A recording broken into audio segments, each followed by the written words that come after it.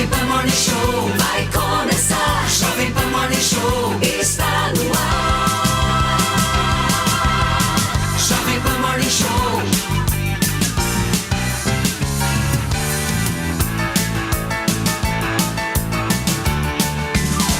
Jovem Pan Morning Show. Fala, excelência! Ótimo dia para você, meu amigo. Ótimo dia para você, minha amiga. Você que acompanha a programação da Jovem Pan, a rádio que virou TV. Nós estamos iniciando aqui mais um Morning Show, a sua revista eletrônica favorita aqui da programação da Pan. Sempre de segunda a sexta-feira, das 10 às 11h30 da manhã, ao vivo no rádio, no YouTube e na Panflix. E hoje o programa tá glamuroso. Absolutamente glamuroso. Do jeito que a gente gosta. Convidado especial, assessoria, aquela coisa monstra, certo, Paulinha? Rádio, tá um negócio aqui, tá poderoso. O que nós vamos ter no programa de hoje, dona Paula? Vamos ter o prefeito de São Paulo, Ricardo Nunes, aqui respondendo sobre tudo, sobre todos. Queremos saber de vacinação, reabertura da cidade, são inúmeras as questões aqui no programa e é por isso que você participa aqui no Twitter, mandando também a sua pergunta para o prefeito através da hashtag Ricardo Nunes no Morning. E você que acompanha a nossa transmissão no YouTube pode também participar através do Superchat. Você tem uma pergunta para o prefeito de São Paulo? Manda aqui no nosso Superchat que eu vou tentar contemplar vocês durante o programa. Boa, Paulinha. Vini, além do nosso prefeito de São Paulo, que já está aqui nos estúdios conosco, daqui a pouquinho a gente vai conversar com ele, o que nós teremos no programa de hoje? Bom, tivemos a primeira voz de prisão na CPI da Covid contra o ex-diretor de logística do Ministério da Saúde, né? O Omar Aziz, presidente da CPI, deu essa voz de prisão. O ex-diretor já foi liberado, pagou uma fiança. Daqui a pouco a gente vai mostrar todos os detalhes. E a Paulinha também vai trazer aquelas estreias do cinema da quinta-feira. Tem Viúva Negra aí com Scarlett Johansson, né, Paulinha? Pois é, por isso você escolheu, né? Você gosta da Scarlett, admira esse trabalho, é fã da Marvel. Daqui a pouco a gente conta mais como é que você vai fazer. Tem os chineses que não gostam de trabalhar? Eu gostei Também vamos falar sobre isso. Viva a ociosidade criativa. Isso. Pra você, os chineses, né? Não querem mais trabalhar, Paulo Matias, querem ficar deitados. Estão desafiando. Eu também. Gostaria bastante. Você é o que mais gosta de trabalhar. Eu gosto de ficar deitado um pouco, é sempre bom. Drilis, tudo bem, cara? Tudo bem, acordei diferente, com uma dorzinha no braço. Tá com a camiseta bem arrumada hoje? É da casa, mandaram tirar a minha, tava amarrotada. Você vacinou, Drilis? Vacinei pela Pfizer, vacina burguesa de primeiro mundo. Posso viajar, tirar passaporte internacional. Bonito de ouvir isso, Adriles. Parabéns, que bom. Eu e você agora vacinados nesse programa. Posso lamber Vai virar um jacaré, o Adriles. Estou esperando pra minha cauda aumentar, mas até agora Muito bem. Bruna Torlai também já conectada com a gente. Tudo bem, Bruninha? Muito bem. Estamos sem o áudio de Bruna, daqui a pouquinho ela fala com a gente. Olha, gente, então, sem mais delongas por aqui, vamos apresentar o nosso convidado de hoje. Ele que é empresário e político filiado ao MDB, é o atual prefeito de São Paulo, tendo assumido o cargo em decorrência da morte do titular Bruno Covas. Ele também foi vereador da mesma cidade, onde ele ganhou muita notoriedade ao se posicionar ativamente contra a inclusão de temas de sexualidade e gênero no plano de educação e também pela participação na CPI, que investigou a sonegação de impostos no município, conhecida como a CPI dos bancos. Está aqui conosco nos estúdios da Jovem Pan em São Paulo, o prefeito Ricardo Nunes. Tudo bem, prefeito? Tudo bom, Paulo Matias. Muito obrigado aí pelo convite, da gente poder estar aqui junto. Um abraço aqui para o Adriles, que está do meu lado e não virou jacaré, tá normal. Não, aqui. Tá firme. Ele tá firme. Tá firme. A Paula, a Vini, a Bruna, que tá também aí via remota, né? Muito obrigado por estar aqui. Grande abraço a todos. Não, a gente que agradece. Prefeito, já vamos aproveitar a sua presença aqui, porque nos bastidores o senhor estava conversando que nós temos uma exclusiva aqui para o nosso Morning Show em relação à vacinação. O senhor vai antecipar, então, a vacinação por aqui? Isso, Paulo Matias. A gente vai... amanhã, né, feriado, não teríamos vacinação, a gente só faria a repescagem, mas nós vamos adiantar e amanhã, quem tem 38 aninhos... né, pode ir nos nossos mais de 60 pontos de vacinação e se vacinar, e na segunda-feira de 37 anos. Então, em primeira mão aqui, antecipando a vacinação, o governo do estado comunicou a chegada de mais vacinas e a Prefeitura de São Paulo está fazendo isso, Paulo Matias. Chegando a vacina, a gente já comunica, já tem uma logística muito bem estruturada para distribuir nos mais de 600 pontos e são 468 UBSs. Ontem eu inaugurei o 20º megaposto, a gente tem 20 megapostos, 20 megadrives. Você imagina a logística, né, de uma cidade de 12 milhões e meio de habitantes e todo mundo elogiando. E já fazer uma propaganda aqui do nosso filômetro, o De Olho na Fila, onde já teve mais de 8,3 milhões de acessos e as pessoas podem entrar lá, verificar. O que é isso? Filômetro, o que seria legal. isso? É um aplicativo, é isso? Dá para entrar pelo site também, né, prefeito? E aí Paulinha, a gente consegue ver aonde está menos ou mais filas. Então você vai ali na região isso, que você mora, abre e aí você pode ver. Quando tá vermelho tá mais fila, quando tá verde tá menos fila. Então é bem legal para quem pretende se vacinar, dar uma olhada antes para poder encontrar onde tem menos fila, né? Onde é mais rápido. Ou seja, para quem nos ouve pelo rádio, para quem nos assiste pelas plataformas digitais da Jovem Pan, amanhã, se você tem 38 anos de idade, você pode ir em qualquer posto aqui da cidade que você vai se vacinar, é isso? Exatamente. Qualquer posto de saúde, as UBS, as 468, ou nos megadrives, megapostos, pode se vacinar. E na segunda-feira, 37 anos. Esse negócio do filômetro, o Paulo Matias, é muito importante, porque a pessoa pode evitar ficar mais tempo na fila só consultando ali o nosso site e ele pode ir num desses locais onde vai estar indicado que não tem fila. Prefeito, só um adendo. Não, só um adendo. Por exemplo, eu já tô com mais de 40 e eu perdi a idade primeira de vacinar, mas eu cheguei lá na fila e eles falaram, não tem problema. Quem perdeu por alguma razão a possibilidade de vacinar na sua idade específica, pode voltar às UBSs, aos postos e se vacinar tranquilamente, né? Pode, tranquilamente. Foi o que eu tranquilamente. fiz. Tranquilamente, pode ir. Inclusive aquele que nós estamos ainda hoje com 87 mil pessoas que precisam tomar a segunda dose, passou do prazo de ter tomado a segunda dose, precisam retornar para tomar a segunda dose. Não é um número grande pelo universo da cidade de São Paulo.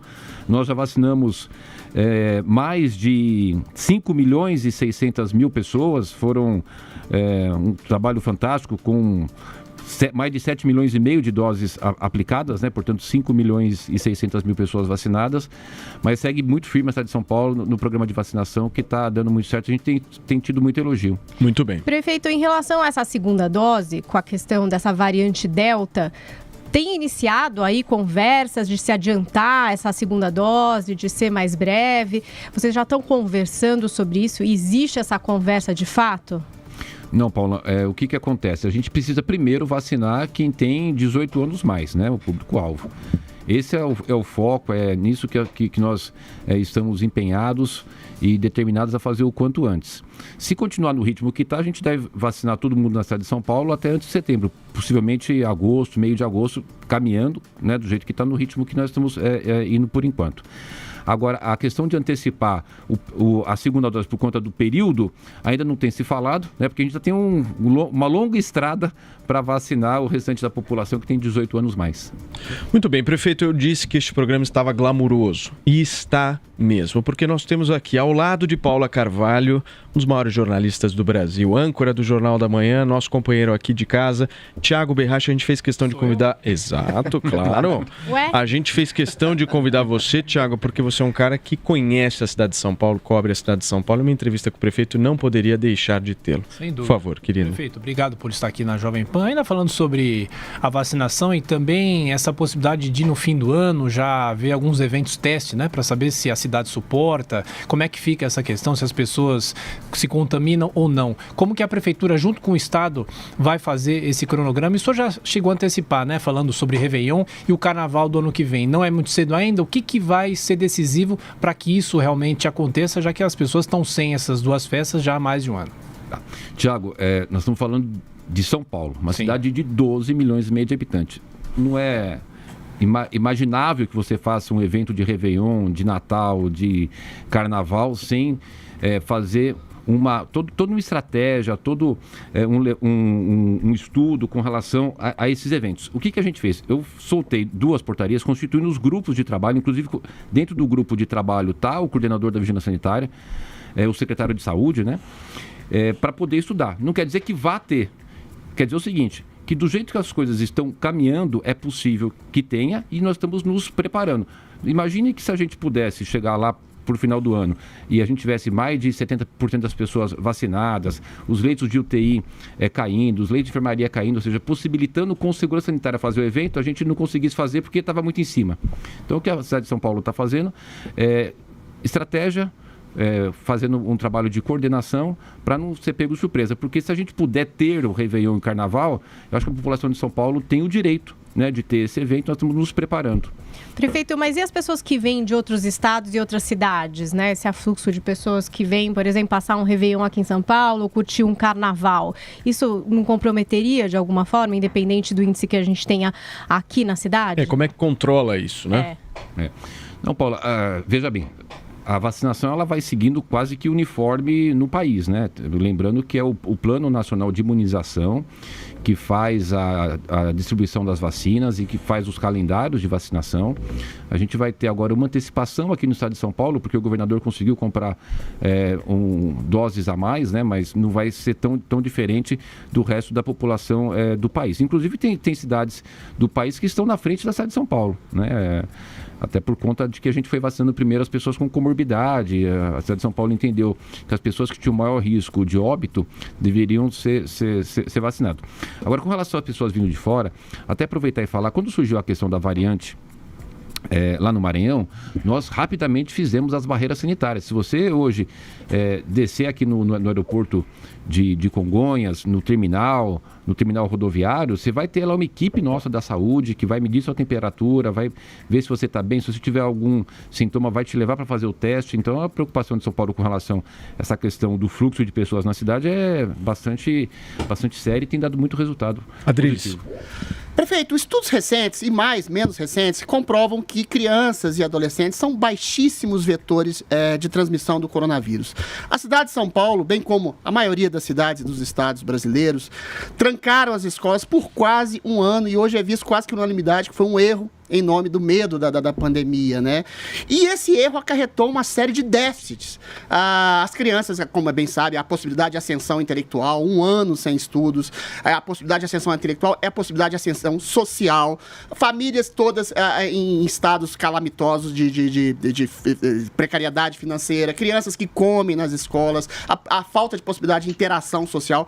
O senhor admite que a prefeitura fez um erro gigantesco, fechando as escolas por quase um ano em nome de uma falsa ciência que não foi comprovada? E quais seriam as medidas para compensar esse déficit de um ano de crianças fora das escolas em São Paulo e no Brasil também, né? Rodrigues, uma coisa muito importante para a gente poder deixar para todos os telespectadores com essa audiência gigante que vocês têm, é o seguinte: todas as ações da Prefeitura de São Paulo, do Bruno Covas e comigo, a gente faz baseado no que orienta a Secretaria de Saúde. A gente tem um quadro de técnicos na Secretaria de Saúde que é impressionante. São pessoas da mais alta capacidade e que têm demonstrado nesse período todo, você vê pelo índice do número de óbitos. Mas havia pouco conhecimento do vírus no ano passado, né? Os próprios cientistas admitem isso e a própria Fiocruz hoje fez um estudo cabal que a porcentagem de vetor de transmissão das crianças e de infecção é baixíssima. A gente teve problema, Adriles, lá no começo dessa pandemia, da OMS falar, não, usar máscara é ruim, usar máscara é bom. Sim. Realmente a gente tem razão. Acabou com o tempo aprendendo todas essas questões que pegou de surpresa. A ciência é mutável, né, prefeito? A coisa ela vai se transformando. Você vê, nós temos um médico que é muito conhecido no nosso país que deu uma entrevista, gravou um vídeo uma certa época. Que era uma gripezinha.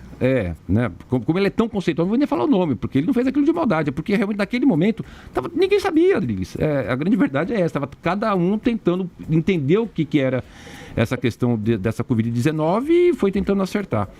Agora, você falou assim, um detalhe importante da questão dos alunos. Nós temos na nossa rede, Adriles, 1.090.000 alunos. 1 milhão, Paulo Matias, na nossa rede. É gente. É muita gente. Nós distribuímos 1.090.000 cestas básicas para todos eles, cesta básica saudável. Fizemos o cartão alimentação para as famílias da rede municipal que estavam no CAD único, que é aquelas famílias cadastradas que são de mais alta vulnerabilidade, são 560.000 pessoas, mandamos mais outra cesta básica. Então, você falou uma coisa importante que eu tenho ido nas escolas, as pessoas têm falado muito, que a questão da educação, e é triste isso, mas é uma verdade, Adriles. Tem a questão educacional, que é o principal, mas também tem, Paulo Matias, muito essa questão dele ter a escola para poder ter uma alimentação. Sem dúvida. Né? São É o Paulo é lugar muito onde ele rica, vai mas comer, também né? é muito pobre, é 2 cidades numa só, né? Que é uma dificuldade. Mas nós já estamos nos preparando para fazer o retorno a partir de agosto. O secretário da Educação, Padula, está falando com o Estado, fazendo os protocolos, junto com a Secretaria de Saúde. A gente está agora constituindo uma orientação de ter o distanciamento de 1 metro, né, entre uma criança e outra, evidentemente usar lá o álcool gel, a máscara, mas tudo é muito novo e pode ser que ainda surjam coisas novas para a gente, né? Vai Você ter vê uma essa- limitação também, prefeito, de quantos alunos poderão participar presencialmente a partir de agosto? Vinícius, vai variar de acordo com o tamanho da sala. Se você colocando 1 metro de distância, você vai ter sala muito grande que vai ter 100%. Vai ter sala que a sala é menor, né? Então a ideia é que a gente volte com todos os alunos. Lembrando que na cidade de São Paulo tem uma lei municipal que diz que durante o período da pandemia os pais enviam as crianças para a escola de forma optativa, não é obrigatório, né? Então tem esse detalhe. Hoje nós estamos com 35%, não está parado, nós estamos em aula. Sim. Com 35% dos alunos, né? Continua em aula. O melhor é vacinar professores, Muito bem. né, prefeito? Enfim. Mas tem um negócio importante aqui, não vou perder o gancho não, falou Matias. Por favor. O Rodrigues falou com relação à perda pedagógica e realmente... Pois é, o que vai ser feito em nome dessa perda? Nós fizemos, o Bruno já havia adquirido 506 mil tablets, Sim. 48.500 notebooks, esses tablets com material pedagógico para poder reforçar, mesmo estando presencial, né, continuar de forma remota, o reforço escolar para poder recuperar. Vai demorar um tempo, mas a gente já está se preparando para isso.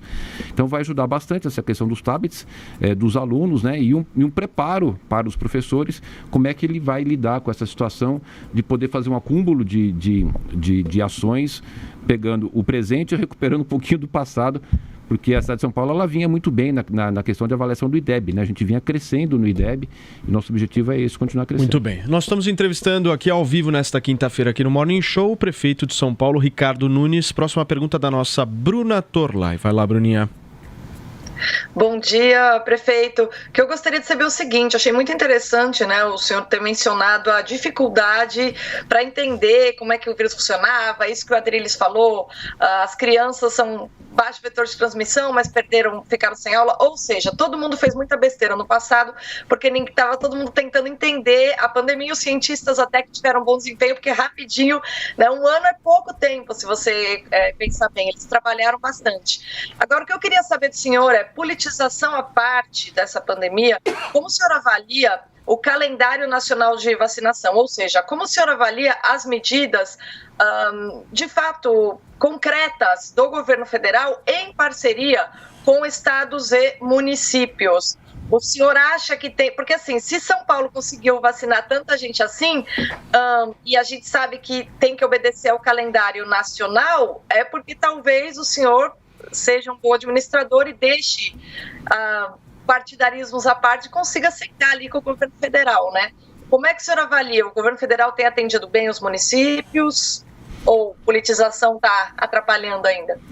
A politização ainda tem, a gente está aí, né? Todo mundo lê jornal, escuta rádio, vê televisão, né? E, infelizmente... A gente quase não fala disso aqui. Quase não fala Super tranquilo. sobre isso. Mas a questão da pandemia, Bruna, ela tem essa questão da vacina, tem a questão dos leitos de UTI. A cidade de São Paulo não tem o que reclamar. Nós abrimos o Bruno Covas de março, quando começou a pandemia, para cá, nós tínhamos 509 leitos de UTI. Abrimos mais 1.400 leitos, né? Inaugurou 10 hospitais. Quando você abre um leito de UTI, você tem que habilitar isso junto ao Ministério da Saúde. E com o ministro atual, o Queiroga, o outro era um pouco mais difícil, mas a gente tem, assim, só motivo para elogiar. Eu tive com o presidente esses dias, até falei, olha, é impressionante esse seu ministro da Saúde, que escuta, que recebe, que atende, né? Pega as sugestões, porque é o município que está lá na ponta, Rodrigues, que está lá no dia a dia, entendeu, ministro? Então, eu acho que o que poderia ter sido feito? Antecipado um pouco as vacinas. Isso é óbvio, não precisa nem eu falar, porque todo mundo está vendo. É possível que fosse iniciada a vacinação um pouco antes. Mas a cidade de São Paulo, no ano passado, para você ter ideia, o governo federal, ele nos enviou 1 bilhão e 200 para ajudar na saúde. Ele nos enviou 1 bilhão e 400 para ajudar na recomposição da perda da arrecadação, né? Então, suspendeu a dívida. A dívida do município com a União é 250 milhões por mês que a gente paga. Durante o ano passado, ele suspendeu a dívida, porque o custo que a gente teve com a questão da pandemia foi de 6 bilhões a mais na área da saúde, né? Então, houve, por parte do governo federal, uma contribuição com relação a essa questão de recursos, porque você tendo recurso, você consegue abrir leito, né? Você consegue abrir hospital, você consegue ter Você imagina, Bruna, a estrutura que é para pôr 620 pontos de vacinação. Ô, prefeito, o senhor tem se demonstrado um bom articulador, né? Porque o senhor vai para Brasília, aí o senhor senta com o presidente Jair Bolsonaro, é recebido pelo presidente Jair Bolsonaro. O senhor vai para o Morumbi, senta com o governador João Dória, dialoga, conversa, enfim. Mas vamos tentar colocar um pouco de tempero aqui nesta conversa com o prefeito de São Paulo. Estava indo super bem. Agora ele vai assumir o Jacan, agora eu quero saber. vai trazer um Tom Perro. Ano que vem, Acabar com a sua estratégia, prefeito, ano que vem tem eleição para governador, para presidente, enfim. O senhor é de bom diálogo, mas o senhor vai se posicionar politicamente no ano que vem? O Paulo Matias é ano que vem, né? Ano que vem. Sei, entendi. Ano que vem. Olha, vocês falando aqui, eu me considero amigo de vocês, porque eu sou ouvinte, adoro o programa de vocês, é verdadeiro. O Paulo Matias conheço há muitos anos. Eu virei prefeito numa situação muito difícil. Sim. Né? Perder um amigo de 41 anos que eu convivi ali muito próximo. Muito difícil. Aí, de uma hora para outra, eu viro prefeito. Imagine a responsabilidade que eu assumi repentinamente, Aquiles. Além da questão emocional, psicológica, sentimental, né? Muito difícil. Eu estou muito focado em cuidar da cidade. Nós temos nosso plano de meta, 77 pontos, eu preciso cuidar. A pobreza aumentou muito. Você anda na cidade, o que tem de morador em estação de rua, e aquele monte de gente com discurso... que é só discurso, né? E a gente precisa fazer ações de tirar as pessoas da rua. Essa questão que a Cris falou da educação, da saúde. Abriu 10 hospitais. Você imagina o aumento do custeio disso, né? Então, estou preocupado com a questão das finanças da cidade. E eu sempre fui do diálogo, né? Na Câmara. Evidentemente, quando as minhas teses, eu sempre fui muito combativo, principalmente com o pessoal da esquerda, mas com muito respeito, né? Eu, por exemplo, tenho uma relação maravilhosa com o vereador Donato do PT, com o Alfredinho, com todos lá, não tenho problema de dialogar. O senhor dialogaria com Lula, prefeito? Porque o presidente Fernando Henrique parece que está praticamente tirando a candidatura do PSDB no meio do caminho e colocando o Lula. E sempre o PSDB foi uma antípoda do PT, que promoveu o maior esquema de corrupção da história da humanidade já descoberto. O senhor endossaria um eventual apoio de um PSDB a uma candidatura de um Lula do PT em um segundo turno do ano que vem? Seja sincero, prefeito. Ou uma outra pergunta também, prefeito, o senhor descartaria já um apoio ao presidente Jair Bolsonaro em 2022? Não, nem ao Bolsonaro, nem ao Lula, nem a ninguém. Está muito longe, né, as eleições. É uma postura diferente do governador João Dória. Pode ser o João Dória, pode ser outro. O que é importante é o seguinte, eu sou do MDB, né? Me filiei no MDB no dia que eu tirei meu título de eleitor, com 18 anos. Naquele momento, Thiago, a gente não tinha ainda essa questão de tirar o título com 16 anos. Sim. Quando eu fiz 18 anos, eu me filiei no MDB. Aí fui candidato a vereador com 23 anos, né? Sozinho, durão pra chuchu. Depois que eu montei minha empresa, deu certo e prosseguir. Então eu sempre gostei, eu estou na política por vocação, eu gosto da política, né, por vocação. Agora, a minha função hoje é prefeito de uma cidade de 12 milhões e meio de habitantes. Eu não posso me dar o luxo de ficar em embate político partidário, né? Tive com o presidente Bolsonaro, que me recebeu super bem. Todos os ministros que a gente conversou lá sinalizaram coisas positivas para a cidade de São Paulo. Agora, como eu falei no começo, eu sou do partido. Precisa ver o que o meu partido vai fazer no ano que vem, qual vai ser o posicionamento do partido e aguardar as coisas no seu devido tempo. Mas, Thiago, até que ponto a polarização dificulta o ato de fazer política? Porque o senhor é prefeito, mas também faz política. Você precisa conversar com a Câmara Municipal para conseguir as aprovações. Até que ponto que a polarização hoje, que eu pessoalmente nunca vi uma polarização, uma coisa tão acirrada assim, até que ponto isso dificulta o ato de fazer política e é o próprio diálogo que o senhor ressalta tanto? Isso acho que é uma coisa que a gente precisa, Thiago, o país, né? A democracia é nova, precisa aprender muito com essa questão. Eu tenho muita tranquilidade nesse aspecto. Nós votamos há poucos dias atrás a Operação Urbana Água Branca, que nós tivemos o voto do PT.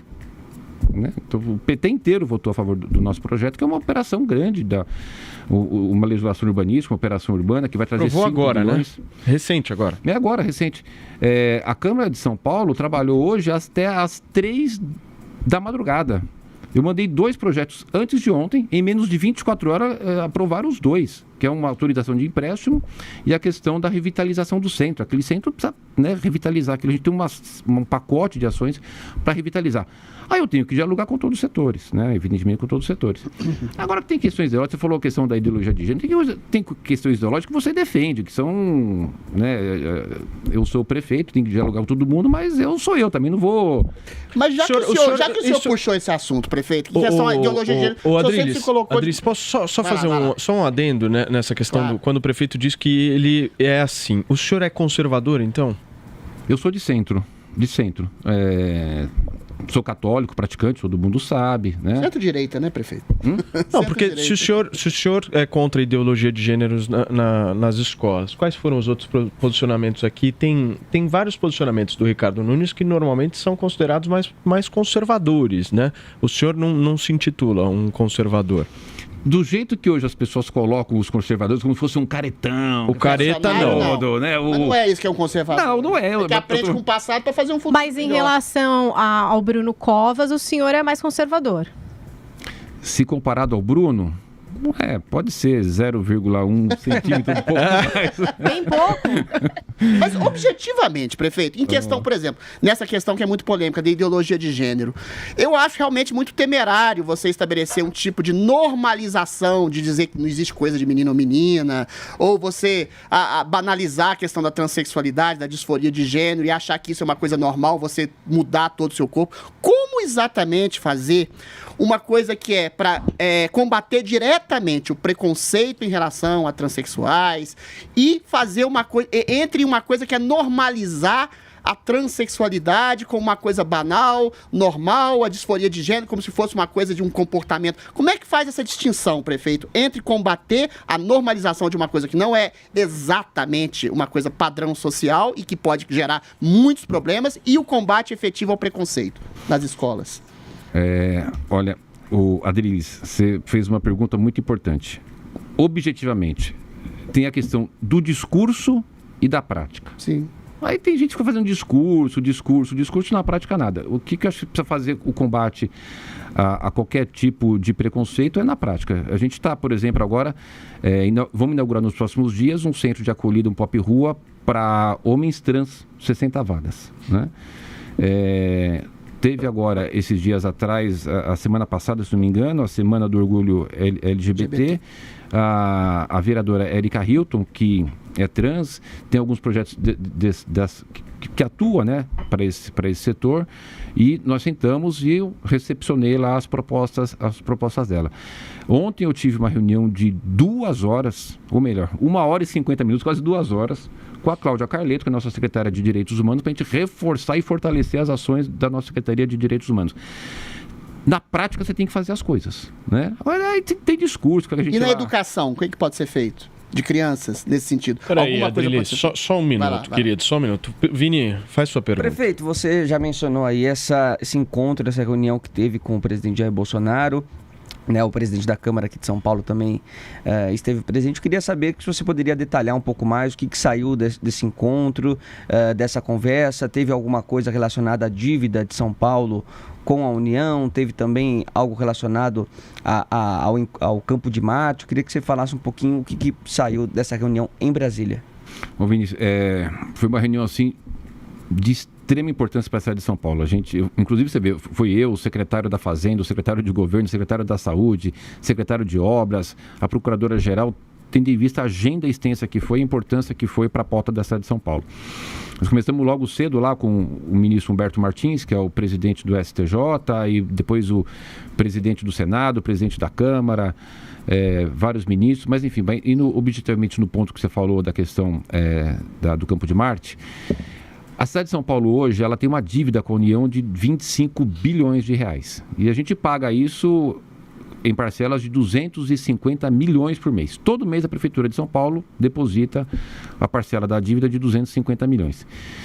E o que acontece? Existe uma disputa judicial com relação ao Campo de Marte, porque lá em 1932 o governo federal tomou aqui o terreno onde é o Campo de Marte, a Prefeitura em 1956 entrou com uma ação, discutindo aquela questão, esse processo está tramitando.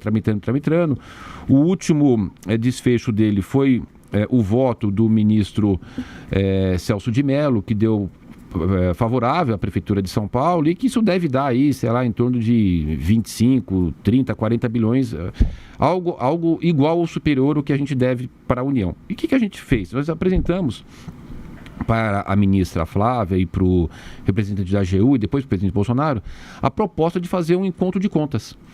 De que a gente pegue essa nossa dívida e troque por essa ação, né? numa ação conjunta entre a AGU e PGM, a Advocacia Geral da União e Procuradoria Geral do Município. E a ministra foi favorável, o presidente Bolsonaro, de uma forma impressionante, na hora ele falou assim, olha, se tem um parecer favorável da AGU, manda fazer, não é para demorar, sejam rápido com isso, vamos ajudar São Paulo. Poxa, eu tenho que sair de lá feliz da vida, né? Você imagine o que é a gente poder ter uma situação de diminuir em 3 bilhões por ano o pagamento da dívida e reverter isso para a população, Paulo. Claro. É algo, né, para fazer habitação, para cuidar da mobilidade, para fazer escola, creche, né, asfalto, ou seja, cuidar da cidade. Então foi muito positivo, muito positivo.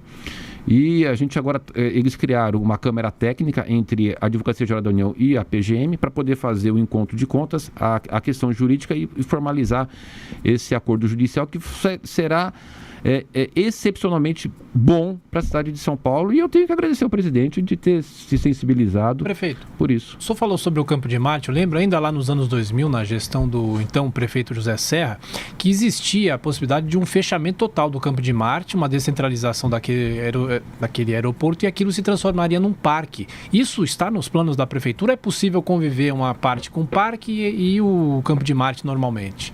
É que, Thiago, ali é tão grande que tem uma parte, inclusive quando o João Dória era prefeito e o Michel Temer presidente, até houve um acordo de uma parte para fazer o parque, inclusive fazer ali o Museu da Aeronáutica, né? Isso.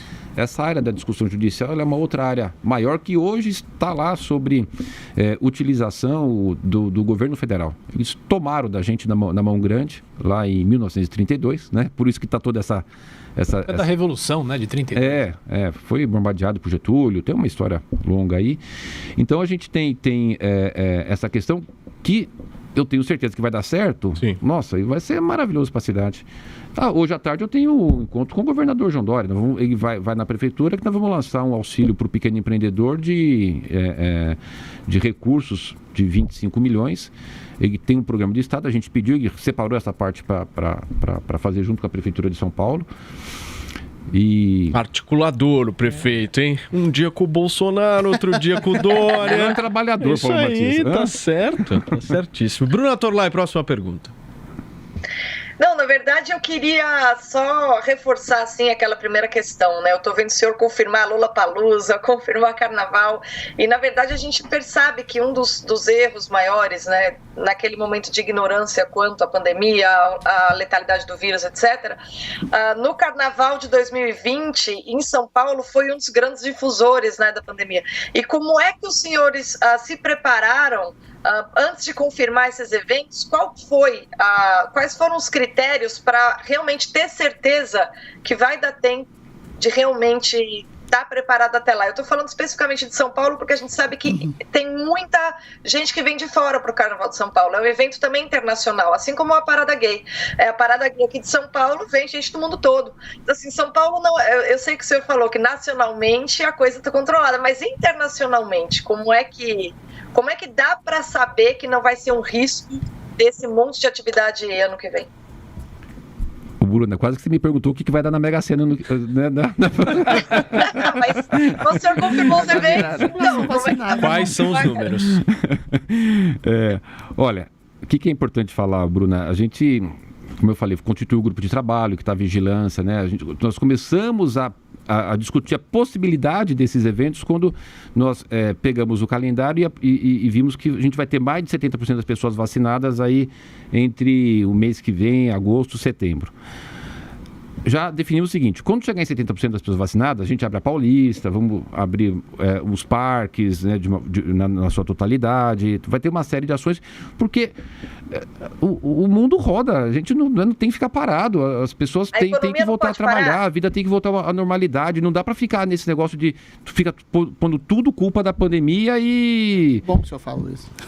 Mas verdade, gente. Você sabe, prefeito, eu acho que as pessoas elas estão cansadas demais dessa politização. Ninguém aguenta mais. Quando eu citei aqui que o senhor tá conversando com o Bolsonaro, com o Dória, isso é ótimo.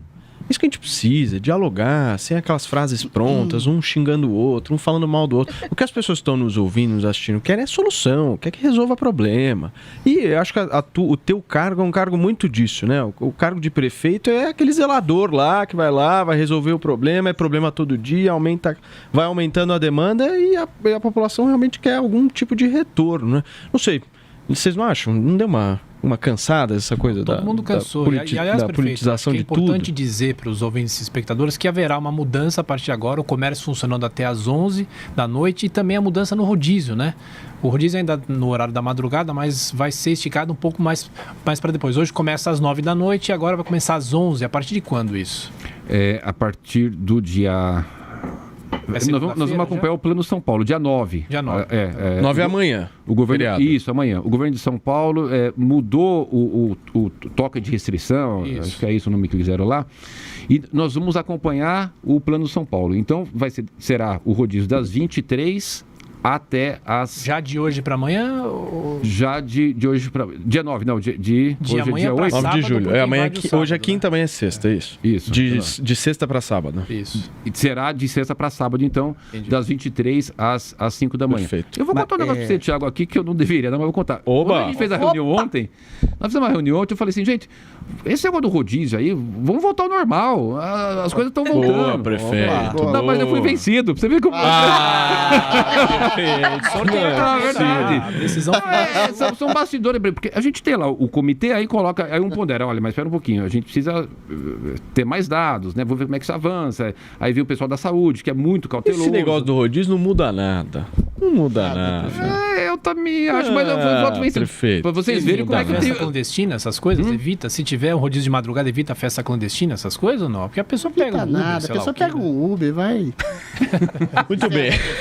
É isso aí. Mas até prefeito, eu sei que boa parte dessa gestão da pandemia estava com o Bruno Covas, mas você era o vice, mas o que você acredita que teve de erro na gestão? Porque a gente falou, por exemplo, daqueles rodízios, né, mais ampliados, tivemos também aquela questão da antecipação dos feriados, o que muita gente avaliou que foi um erro, porque acabou jogando pessoas para o transporte público, acabou levando as pessoas para a praia também, nessas antecipações de feriados.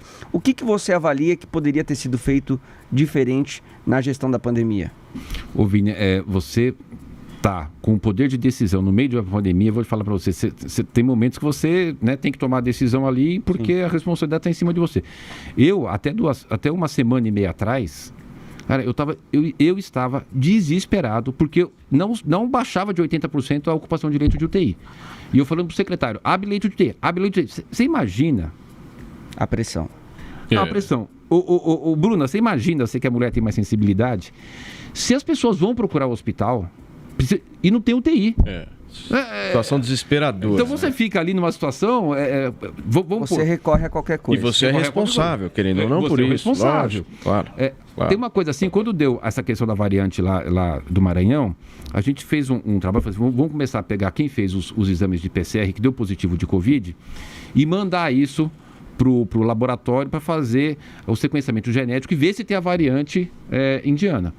Puxa, isso custa, isso vai dar um trabalho, tal, pode ser que a gente faça 10 mil testes e não ache nada. Eu falei, mas pode ser que a gente faça o teste e ache um, ache dois, a gente vai poder agir e fazer Não é que essa semana a gente achou um caso dessa ação nossa. e acabou que a prefeitura pôde agora isolar aquele senhor de 45 anos, fez o teste na mulher, a gente estava esperando o sequenciamento para poder controlar essas questões. Eu acho assim, eu sempre falei, o Bruno falava, eu continuo nessa mesma ação, a gente pode errar pelo excesso. Nessa situação de pandemia não dá para errar pela omissão, né?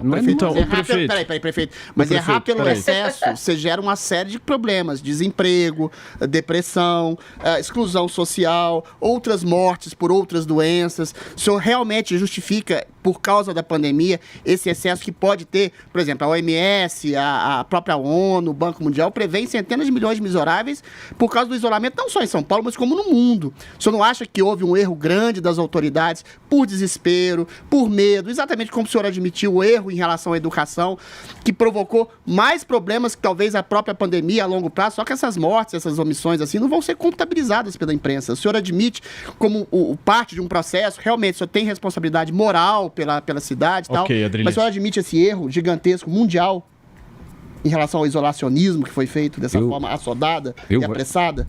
Não, Denise, cada um que sabe a batata que está na mão, né? Sim. O calor que ela tem para onde vai jogar. Na cidade de São Paulo, quando eu falo assim, a gente não pode errar pela omissão, eu digo assim, nas ações da prefeitura. Sim. De poder ter as pessoas para vacinar, de ter leito de UTI, né? De poder... Mas não de rodízio, fechar escolas, de poder ter ali médicos, você vê, foi contratado 11.500 profissionais. O prefeito, o senhor, eu queria seguir nessa linha em relação à gestão, né? Porque o senhor sempre fala a gestão Bruno Covas. Foi muito difícil para o senhor perder um amigo, como o senhor disse, o atual prefeito, era o titular, enfim, o senhor recebeu a prefeitura dessa maneira, e o senhor tem batido muito nessa tecla, o senhor não fez nenhuma mudança no secretariado, na equipe, enfim. Isso vai se manter até o final da sua gestão? Vai manter. Tem coisas assim que a gente marca a nossa vida na política por aquilo que a gente é, né? Eu acho assim, a questão da fidelidade é um atributo muito importante para a pessoa pública. A chapa era Bruno Covas, Ricardo Nunes, a gente foi para a campanha junto, foi muito difícil, conseguimos ganhar, 3.600.000 pessoas votaram na gente, montamos uma equipe, seria uma incoerência, e não seria eu falar o seguinte, agora virou a página. Não, a gente vai continuar escrevendo a história, né? Aquela história que a gente começou lá na eleição, no dia 29 de novembro, ganhamos o segundo turno, assumimos o dia 1 de janeiro, era um capítulo da história de São Paulo que eu estava escrevendo junto com ele, né? E eu vou continuar. E tenho, assim, uma coisa muito dentro de mim, de que eu preciso terminar no dia 31 de dezembro de 2024, cumprindo o plano de metas que a gente estabeleceu junto e se comprometeu com a população, né? Não dá para ter mais assim individualismo. Foi um time que ganhou a eleição, né? Com as propostas e a continuidade. Muito bem. Olha, prefeito, o papo está muito bom, a entrevista foi muito bacana aqui, mas infelizmente o tempo urge. E a sua agenda é super apertada. Prefeito, muitíssimo obrigado. Mais uma vez por você ter vindo aqui à Jovem Pan, conversado com a gente, batido esse papo bem bacana. E lembrando que as pessoas que têm 38 anos, vacinação liberada a partir de amanhã, certo, prefeito? E 37 na segunda-feira. E 37 anos na segunda-feira. Nosso agradecimento aqui ao Thiago Berraich pela participação. Estou sempre aí. Obrigado. Valeu. Obrigado, Thiago. Prefeito, um abraço para você. Gente, vamos pro intervalo comercial. Daqui a pouquinho nós vamos falar de voz de prisão. E não é do Adrilles não, hein? Aguenta aí. Quem quer dizer mal? Jovem Pan Morning Show. Jovem Pan Morning Show. Jovem Pan Morning Show. Olá, bem-vindos ao Drops da Pan, a sua dose diária de entretenimento aqui na Panflix. Nessa edição tem detalhes de um famoso festival de cinema que vai rolar em breve. Tem Zack Snyder com um novo filme de galáxias distantes. E por falar em estrelas, tem documentário de uma tenista incrível vindo por aí. Vem saber! Na última terça-feira foi dada a largada para o Festival de Cannes na França, um dos maiores e mais renomados eventos de cinema do mundo. Cannes retoma as atividades após uma pausa forçada em 2020 por conta da pandemia do novo coronavírus. E este ano o Brasil está presente na celebração, tanto no júri como na programação informação oficial. Na competição de curtas-metragens, existem 2 produções em busca do ouro, e uma delas é Sideral, de Carlos II. E tem uma outra que é Céu de Agosto, de Jasmine Tenucci. O Curta Sideral é um filme potiguar, gravado lá no Rio Grande do Norte. É uma ficção que gira em torno do histórico dia do lançamento do primeiro foguete tripulado brasileiro na base aérea de Natal. E como isso tem afetado a vida de uma família local lá, viu? Já Céu de Agosto conta a história de uma grávida que precisa cuidar de si e de sua avó, que está doente, enquanto precisa lidar com as queimadas da Amazônia que afetam o seu dia a dia. O evento francês ainda será palco de exibição especial do filme Velozes e Furiosos 9 e vai homenagear nomes como Judy Foster e Marco Bellocchio, com palmas de ouro honorárias pelo conjunto da obra. Bora torcer para esses e outros filmes brazucas que estão concorrendo? O cineasta Zack Snyder não para de produzir coisas novas e quem é fã só agradece, né? Ele acaba de definir o seu próximo projeto, onde vai dirigir e coescrever um sci-fi épico para a Netflix, intitulado Rebel Moon. De acordo com o The Hollywood Reporter, a trama se passa em uma colônia distante nos confins de uma galáxia que vivia na mais perfeita paz, até que forças do tirânico regente Baliseiros ameaçam atacar. E uma jovem mulher com um passado misterioso é enviada para juntar um grupo de guerreiros de planetas vizinhos para repelir a invasão. Sinistro, hein? O longa será escrito ao lado de Shay Hatton e Kurt Johnstad, que também ficou responsável pelo roteiro de 300. Rebel Moon não tem previsão de estreia e ainda não sabemos quem estará no elenco. Mas assim que eu souber, eu conto pra vocês, ok? Pra quem ama a vida nas quadras de tênis e tem apreciação pelo esporte, vem aí a série documental Naomi Osaka, estrela do tênis, que ganhou seu trailer oficial na última terça-feira. A produção mostrará os bastidores e a vida de uma das maiores tenistas da atualidade. A série é uma produção exclusiva da Netflix e tem estreia prevista para o dia 16 de julho. Tá chegando! E você que ama, não perde não. E o Drops de hoje fica por aqui. Você quer saber mais? Se inscreva no canal do YouTube Jovem Pan Entretenimento. Lá você verá todo o conteúdo do Drops. Comenta lá o que você achou e mande no chat sugestões do que você quer ver por aqui. Siga a gente também nas redes sociais e baixe já o aplicativo da Panflix no seu Android ou iOS. Sabe por quê? É grátis. Acompanhe por lá toda a programação da Jovem Pan, a rádio que virou TV. Cuidem-se e até mais.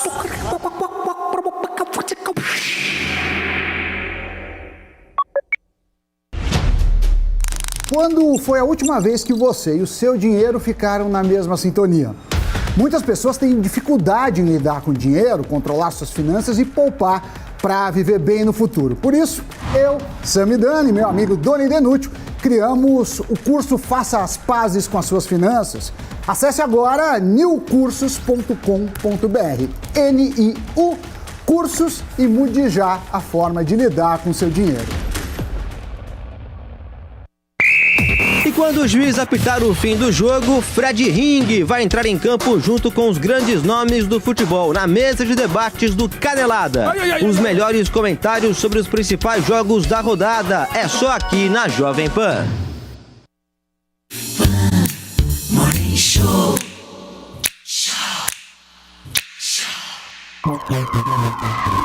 Muito bem, minhas excelências, nós estamos de volta aqui na programação da Jovem Pan com o nosso Morning Show, depois de entrevistarmos o prefeito de São Paulo, Ricardo Nunes, com o nosso Renan Calheiros da bancada. Renan Calheiros, Adrilho Jorge. É o inquisidor. Ele induz a resposta. É Você o admite, então, que foi um erro, né, Ele prefeito? admitiu. Não, senhor. Admitiu. É o inquisidor. De maneira tucana, mas admitiu. Muito bem.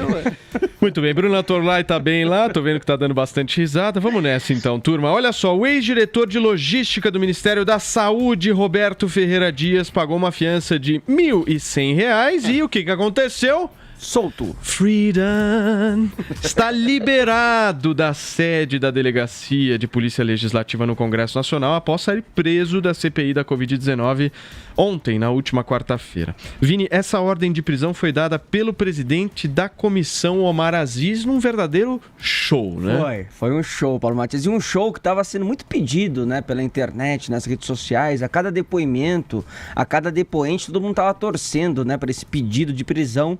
E ontem acabou acontecendo. O Omar Aziz deu a voz de prisão para o ex-diretor de logística do Ministério da Saúde, o Roberto Dias, porque o Omar Aziz entendeu que ele prestou ali um falso testemunho. O que foi esse falso testemunho, segundo o Omar Aziz, Paulo Matias? O Roberto Dias, ele acabou negando que ele teria pedido propina para a compra de vacinas e chamou o Luiz Dominguete, que da Davat Medical, que era o representante ali, o negociador dessa vacina, de picareta, né? Tinha aquela história toda, né, de ter pedido $1 por cada dose da AstraZeneca. E eles falaram, Paulinha, ele diz, né, o Roberto Dias, que teve um encontro casual com ele. Tava lá passando, tava no restaurante, Tá 400 tava ali milhões de no dólares. restaurante, Um chopinho e tal. Daqui a pouco aparece Eita. o Dominguete propondo essa negociação 400 milhões de doses, por tranquilo. vacina. Num encontro Pode casual, acontecer. num chopinho. Vamos ver Será? o que falou o Roberto Dias. Nunca houve nenhum pedido meu a este senhor, além de documentos que nunca foram apresentados. O mesmo já reconheceu a CPI que nunca antes daquela data havia estado comigo. Estou sendo acusado sem provas por 2 cidadãos. O senhor Dominguete, que aqui nessa CPI foi constatado ser um picareta que tentava aplicar golpes em prefeituras e no Ministério da Saúde. E durante sua audiência, deu mais uma prova de sua desonestidade, mostrando não ser merecedor de nenhum crédito por parte desta casa. Acerca da denúncia do deputado Luiz Miranda a respeito da Covaxin, não tive participação alguma na escolha da empresa, do produto, dos quantitativos disponíveis, do cronograma de entrega ou da definição de preço, nem tampouco condições contratuais.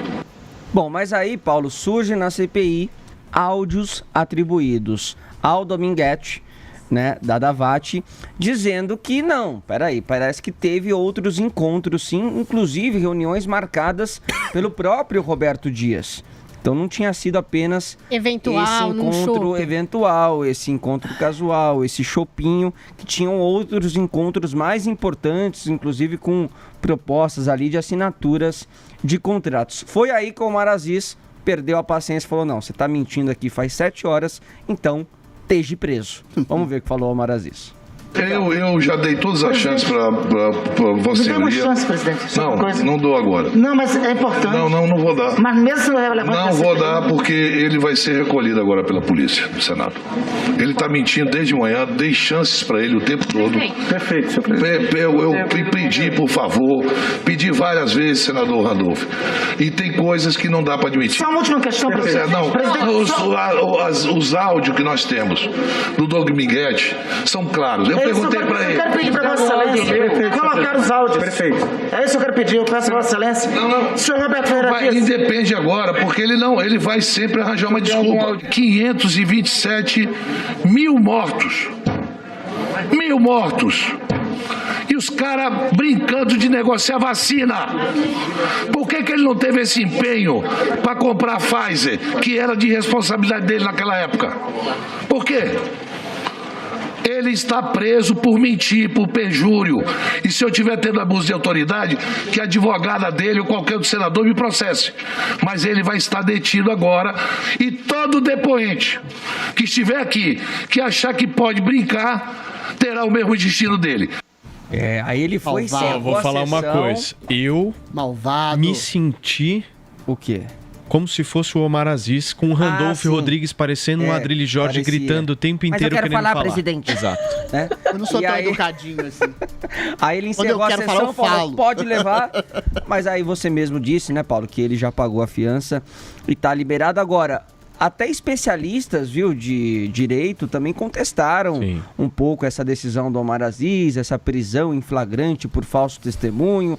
Alguns senadores, inclusive da oposição, também tentaram fazer com que ele revertesse essa ideia, dizendo assim, olha, você não prendeu Pazuello, você não prendeu Van Garten, você não prendeu os grandões. Aí quando chega um cara Direito vale Né? para algumas pessoas específicas. Exatamente. Né? Só porque é peixe Com uma pequeno, né? hierarquia mais É isso que baixa, aconteceu. aí você vai lá e prende, mas foi irreversível a decisão aí do Omar Aziz. Agora, a pergunta que eu faço pra vocês é: o Omar Aziz falou que é proibido mentir na CPI da Covid. O que ele tá fazendo lá?